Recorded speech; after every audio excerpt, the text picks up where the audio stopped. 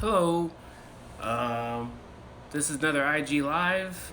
I don't know what something's up with my camera right now.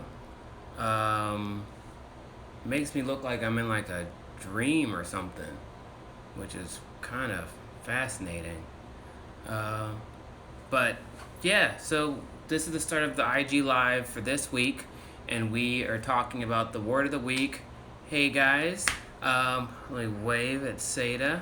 Um, and the word of the week for this week is essence, and so it's a word that we all kind of know, but we don't know it in the philosophical way that yeah, no, I need to clean my lens. I just did this stuff to try to make it clean, and it's not happening. So I don't know what the deal is. See, you can see my finger going over it. Oh, what just happened? Oh, did I reverse it? That's interesting. Maybe. But if I look like this, I can't see what's happening. All right. Anyways, so I can't clean my lens, but so exactly, maybe I am in a dream. So the word for this week is essence, and like I said, it's we all know this word, but the philosophical impact of the word and how it shapes our society, we don't really have an awareness of. And so this week, I wanted to talk about the philosophical understanding of essence and how it shapes our life. And so it really starts with this phrase that we all know, but we haven't thought about that much. And it's from Rene Descartes, and it's, I think, therefore I am.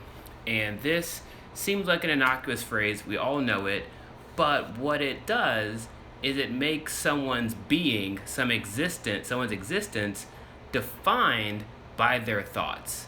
And so that idea makes people and encourages people to think that their thoughts precede their existence, or their thoughts make their existence real. And so therefore it can make someone not want to change their thoughts.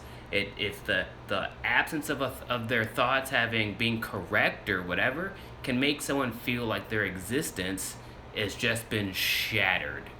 And this is like a very dangerous, profound, problematic idea, because if your thought being wrong makes you feel like your existence has gone away, you'll be less receptive to listen to new ideas. You'll also be encouraged to create really bad ideas, because if the existence of an idea means the existence of yourself, then all of your ideas you'll think are good, and that's really really bad. And so, and at scale throughout Europe, this what's up?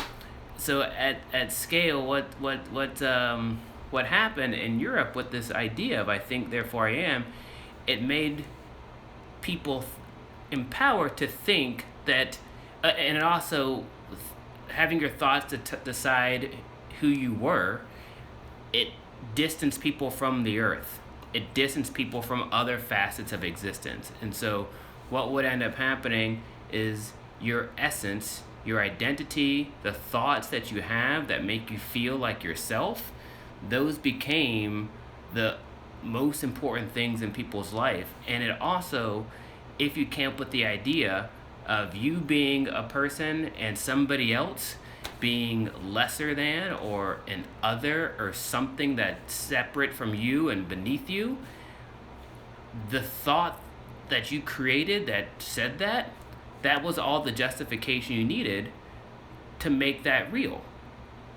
And so it creates this discourse where it encourages people to feel justified with dehumanizing or othering anything that is different.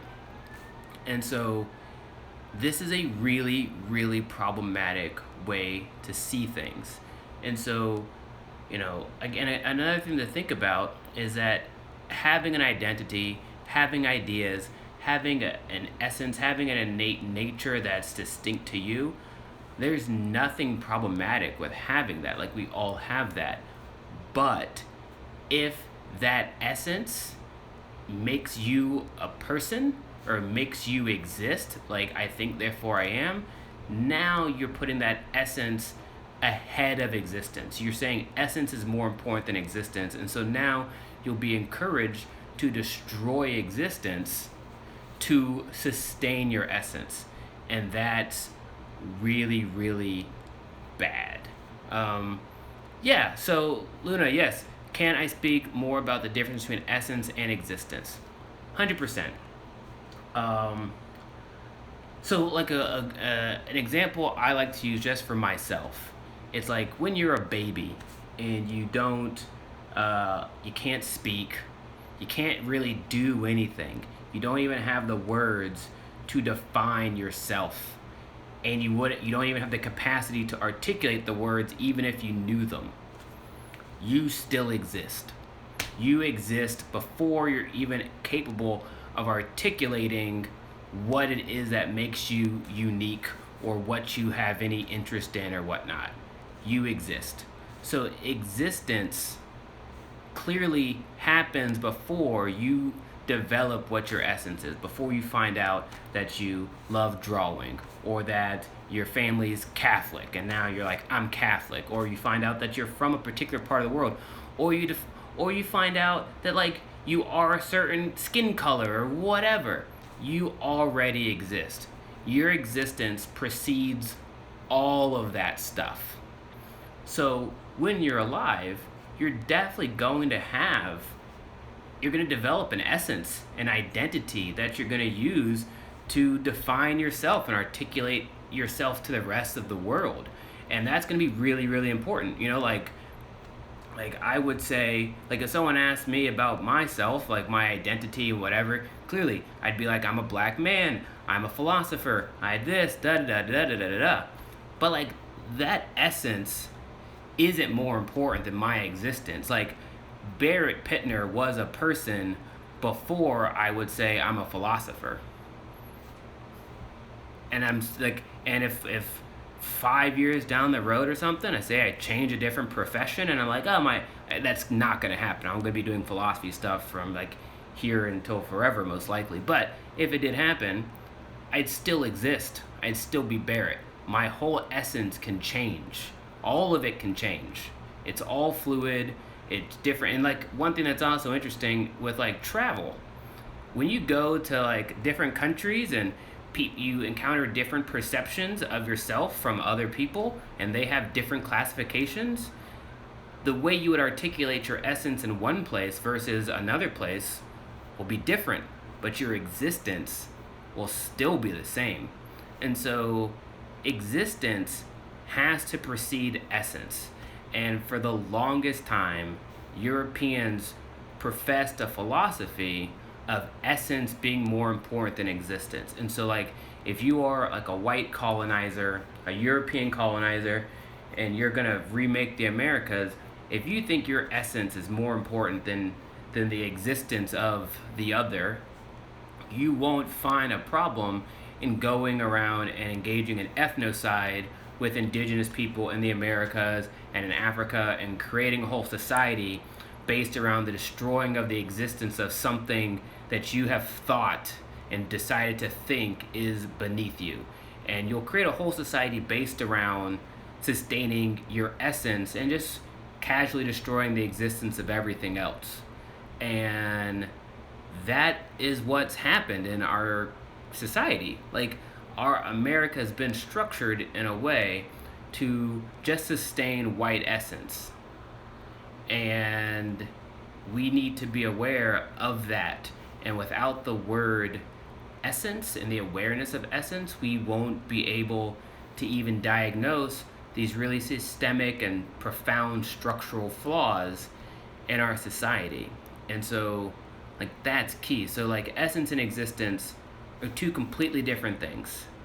Existence clearly happens before essence because you exist before you even know what your essence is. And for far too long, philosophies have been articulating that essence preceded existence, and that just inverse is everything. Uh, so do you think that's the reason why white European countries decided to go colonizing? Their white essence was more important than everyone else's essence. I think that's definitely a factor. I'd say, so yeah, it's a big factor. The key thing is people throughout the world have always wanted to trade and go to different places and engage in commerce.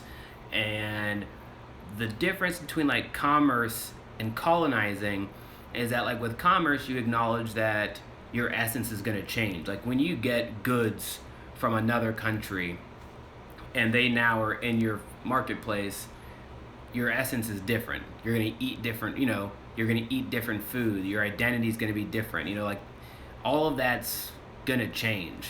And I think with colonization, there was a philosophy of trying to do all the commerce without letting the essence change. And then that results in systemic destruction.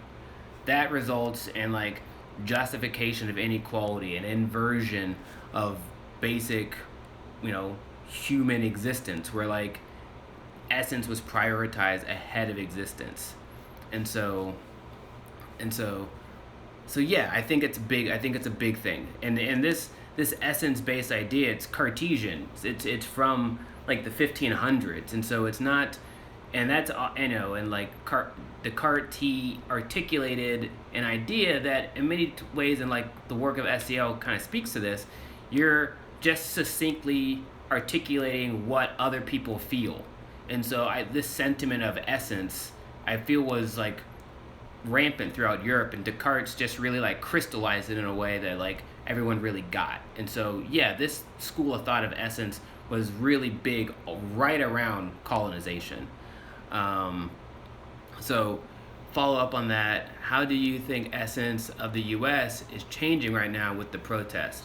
Oh, great question. So a key thing with essence is existentialism.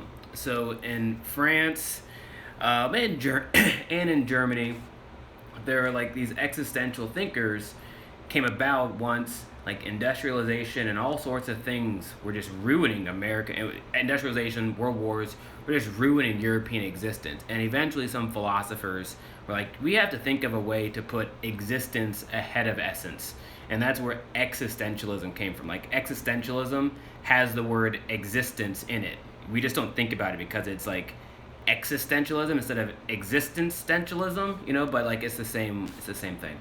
And so I think right now the protest is essentially like an existential cry, where like the demand is to value existence, like Black Lives Matter. It's not Black essence or Black identity matters, it's Black Lives Matter, like the lives matter of these people, and we need to create a structure that prioritizes the existence of these people ahead of the essence of white people.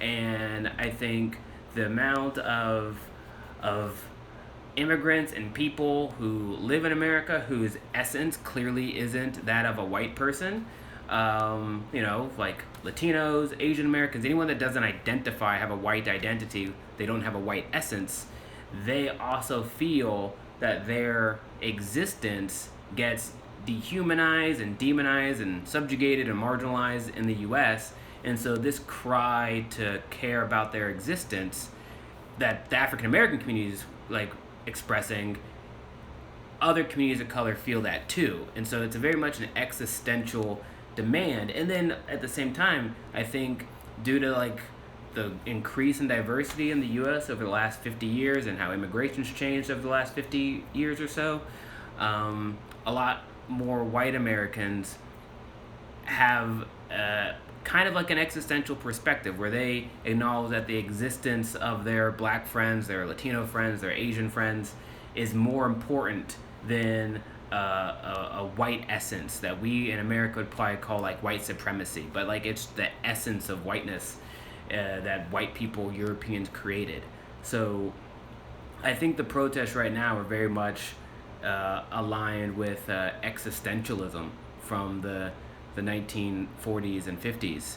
And so we're trying to refocus existence to care about existence and not care about the nonsensical ideas that one group of people may come up with to try to say that these ideas are more important than life itself. It's crazy.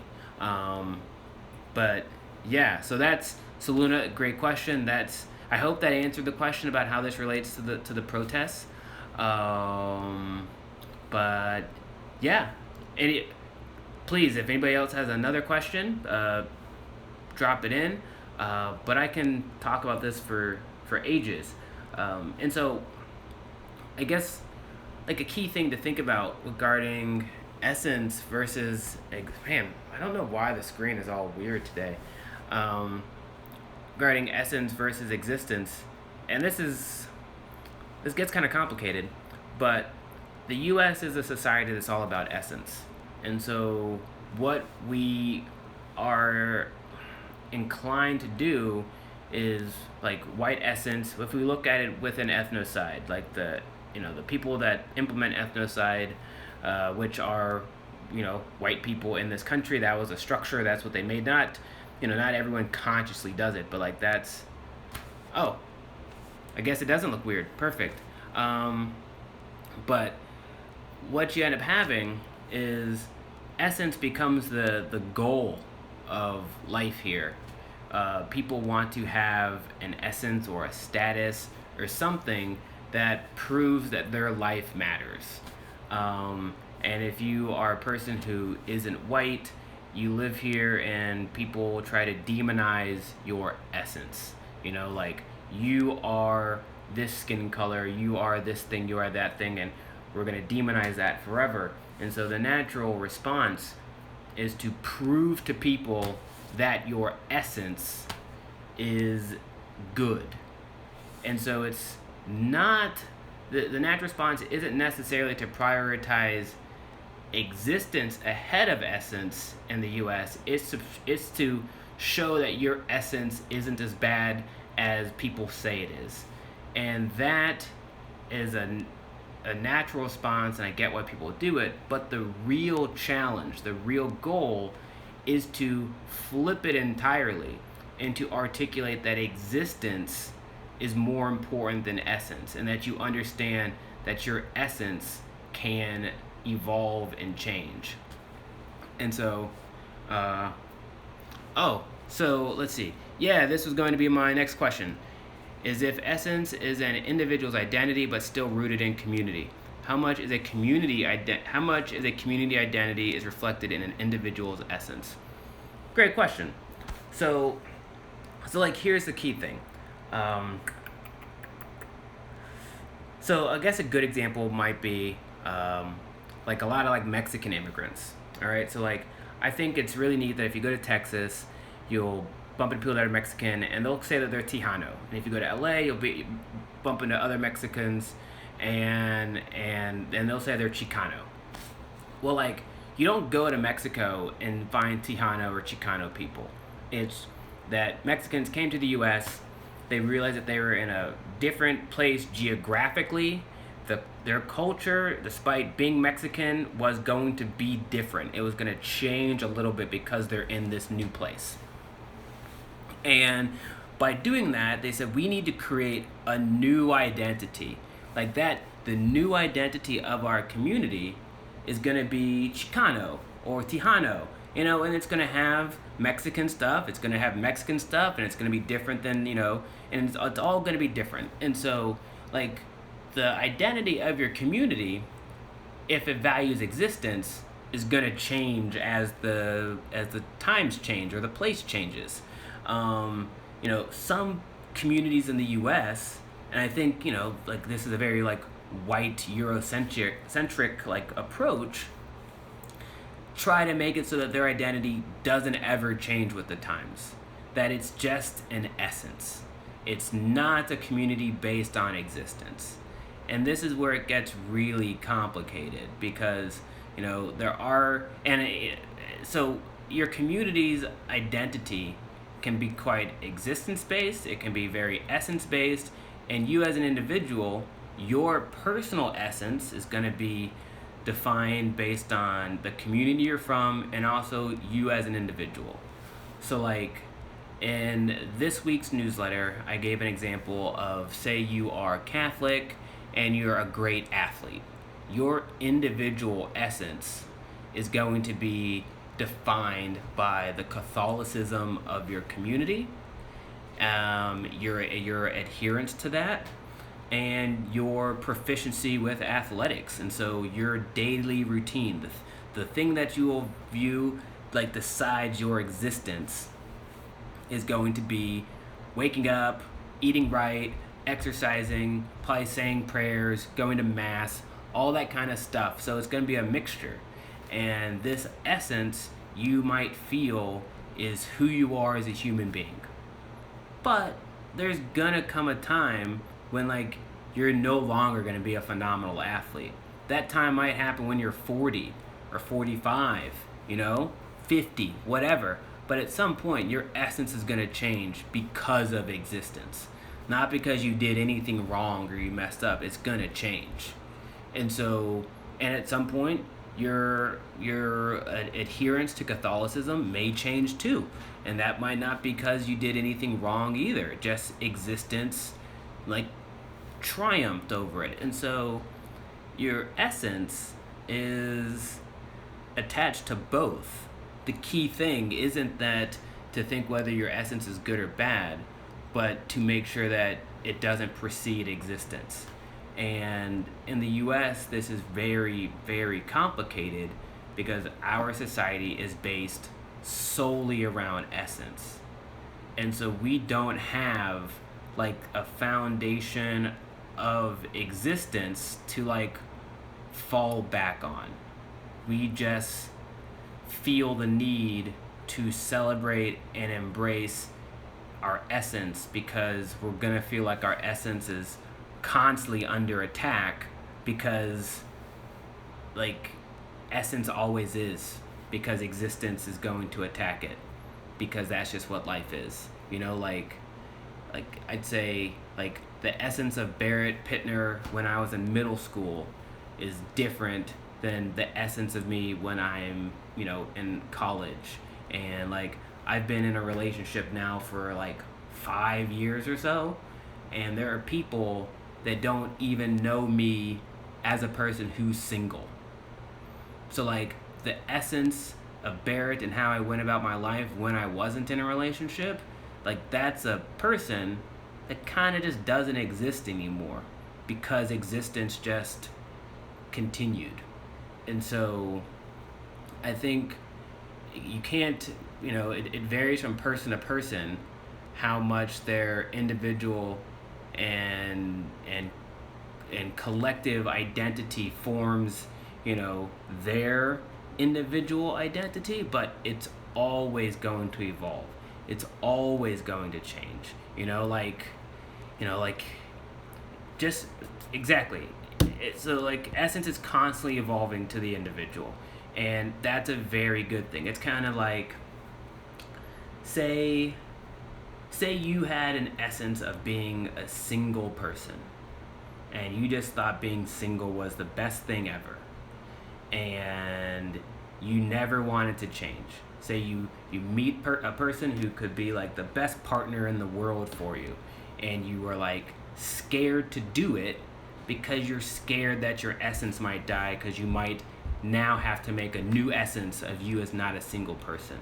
Like, that's you fighting against existence because you need to like hold on to some idea of yourself, and this idea matters more than existence itself.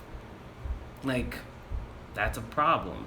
And it's like, and it's kind of like, say you have, so like, for me, for example, it's like, and it's not like it's not scary. It's totally scary to realize that your essence is going to change as life happens, and you then have to figure out how to adjust and keep on like existing and being. But like, that is, see, like, yeah, hippies might call it fighting the universe, and that's like a really weird way to say it, because like fighting isn't like a positive thing. Like it's quite like, if you're fighting, if it's phrased as fighting the universe, it's almost like the universe in existence is like antagonistic. It's That's just being, like that's just, yeah, yeah, like how to exist in your new essence or without the essence you know to be true. See, so Cassandra, this is a great point, and it kind of goes into like Buddhist concepts of not having attachments, where like like, and so like in Buddhism they profess to not have attachments. Now that doesn't mean that you can't be attached to something. You can't have a passion. You can't express yourself in some way. But it means that you can't be so attached to it that this thing defines who you are. And that if it's gone, you won't be a person anymore. You'll feel like you're not a person. And it's difficult to like have that balance, but it's like, say you are a photographer, and like frankly, like a great example is always like some person, some individual who's gone through like a lot of suffering. Like there is a book I read years ago by, not about Robert Oppenheimer, but about his brother. He made a museum in San Francisco called the Exploratorium, and he was like this great scientist, and this was during like the Red Scare in the U.S., and he was blacklisted because he went to like a Communist Party meeting, and so he was like one of the best scientists. Frank Oppenheimer. He went to he was one of the best scientists in America. Worked on the Manhattan Project, developing like the nuclear bomb, and now he couldn't get any kind of job in America. Just nobody would hire him to do anything because he was a communist. And so like the thing that had defined him for like his entire life, science and being like exceptional at science, couldn't do it anymore. And so this dude, with him and his wife and his kids, luckily the Oppenheimers had like some money, he just went and lived on a farm in New Mexico, and I think he taught like biology or some class like at the local high school, and like drove a school bus.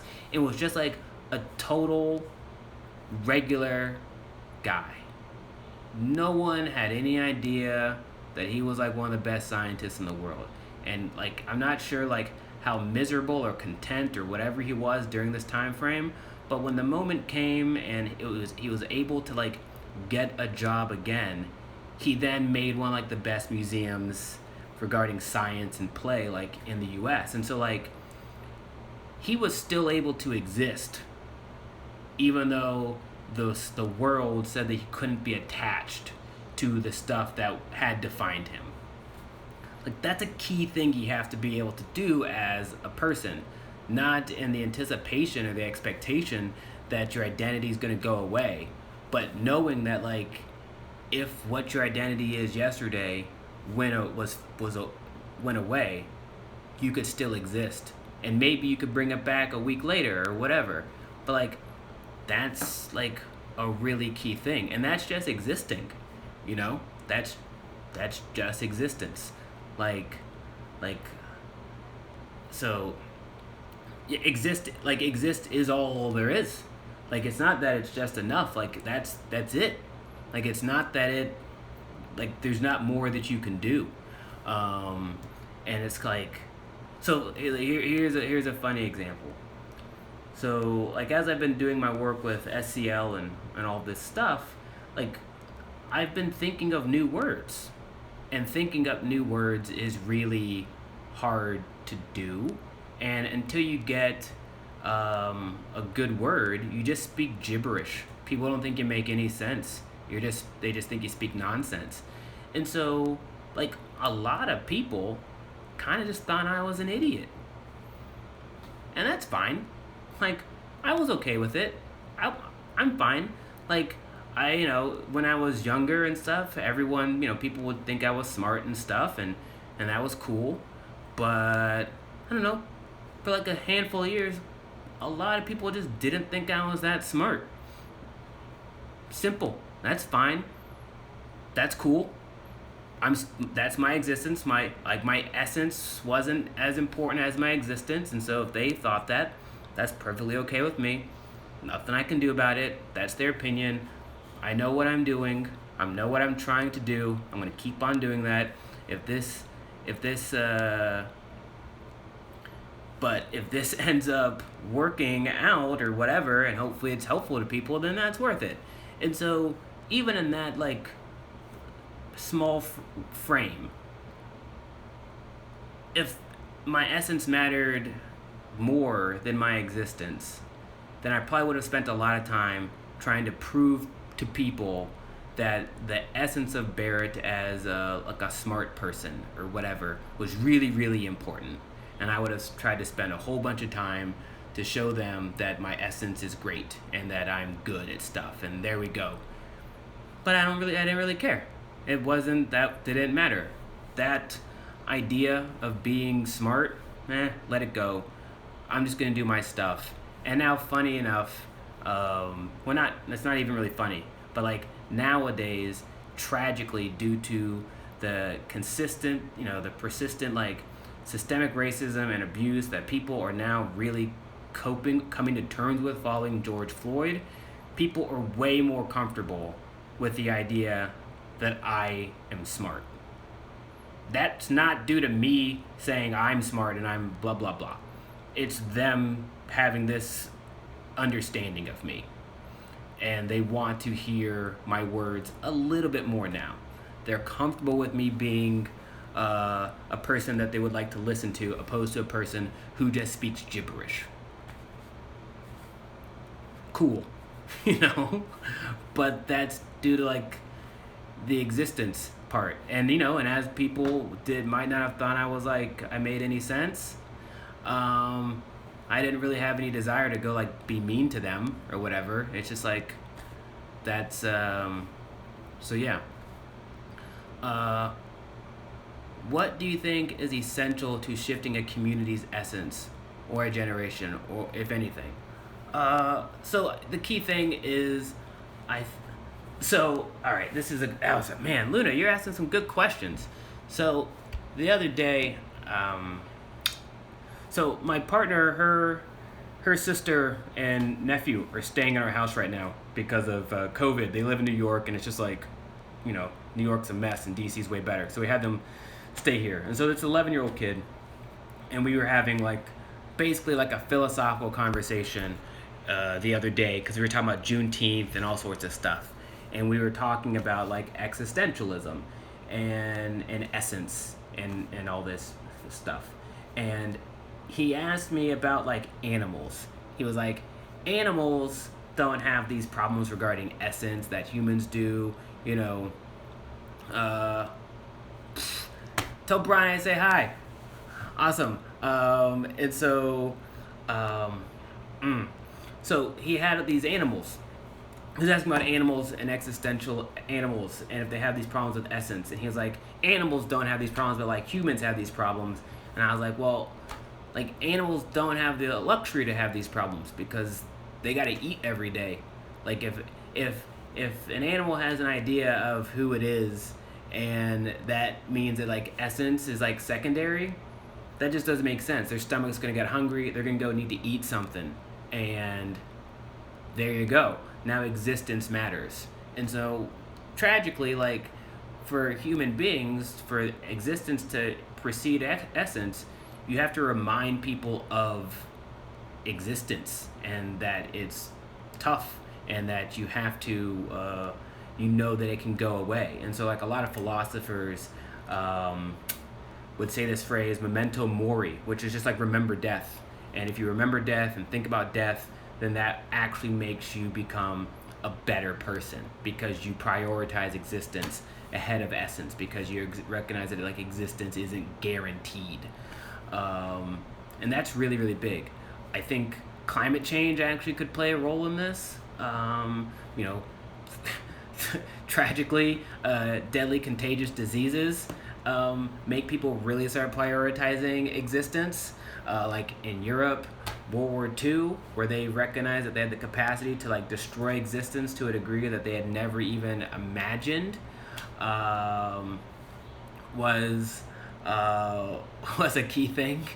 So that made them want to create philosophies that said existence is more important than essence. We were prioritizing essence, and that made like German people think they could destroy the essence of a whole bunch of other people, and other people were like, we can destroy the essence of German people, and now we're about to like not live on the planet anymore.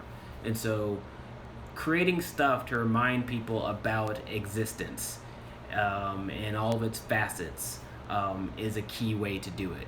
And so, you can do this by erecting monuments, or the holidays, the celebrations you have, all that kind of stuff. This is partially why I like Day of the Dead so much, is that like it's something that reminds people of existence, and to care about existence more than essence. And so you just have to like create structures to remind people. A good country that I think to think about is the Netherlands. Like, this is a country that's like below sea level for like a large chunk of it. So everyone that lives there knows that like if the canals mess up and the windmill stops working, or the dam stops like holding back the water, then like their whole town could go away. And so yikes, there's an existential crisis every day there. They realize they got to do all sorts of stuff to make sure that existence continues, and that their essence is like secondary.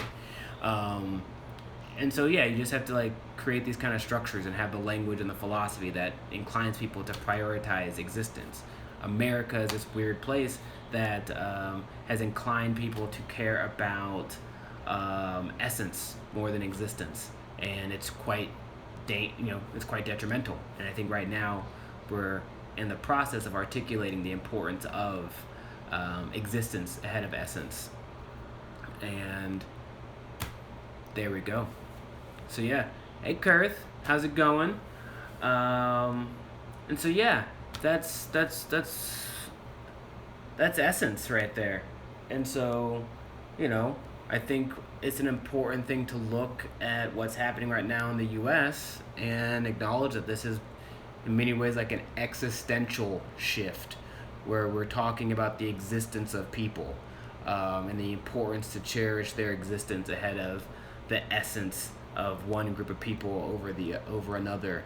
And I also mentioned like in the newsletter, like essence and existence in like COVID, and how like people are really fond of reading this existential novel, The Plague, now, because The Plague shows how like a town, people weren't really capable of coping with this deadly plague, because they cared about their essence more than their existence, and they just wanted things to return to normal. And if they just like believed that it would go away, that it would go away, and that you didn't have to change anything. But like the reality is like existence is changing. You have to like adapt and exist. And so like the hero in the novel was a doctor that was adapting and doing stuff so they could save people's lives and keep society going. And a lot of the faults that Americans are making today regarding COVID are quite similar to what the idiots in the plague did, that resulted in them dying. And so it's very existential. And so yeah, so that was the word of the week, essence.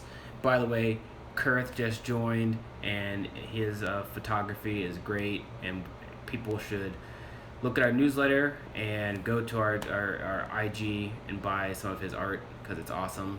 But yeah, if anyone has any extra any additional questions, I'd love to answer them. But I think I've gone over a lot of essence, and if you think I answered all the questions and you have like a good understanding of the word of the week for this week, just let me know.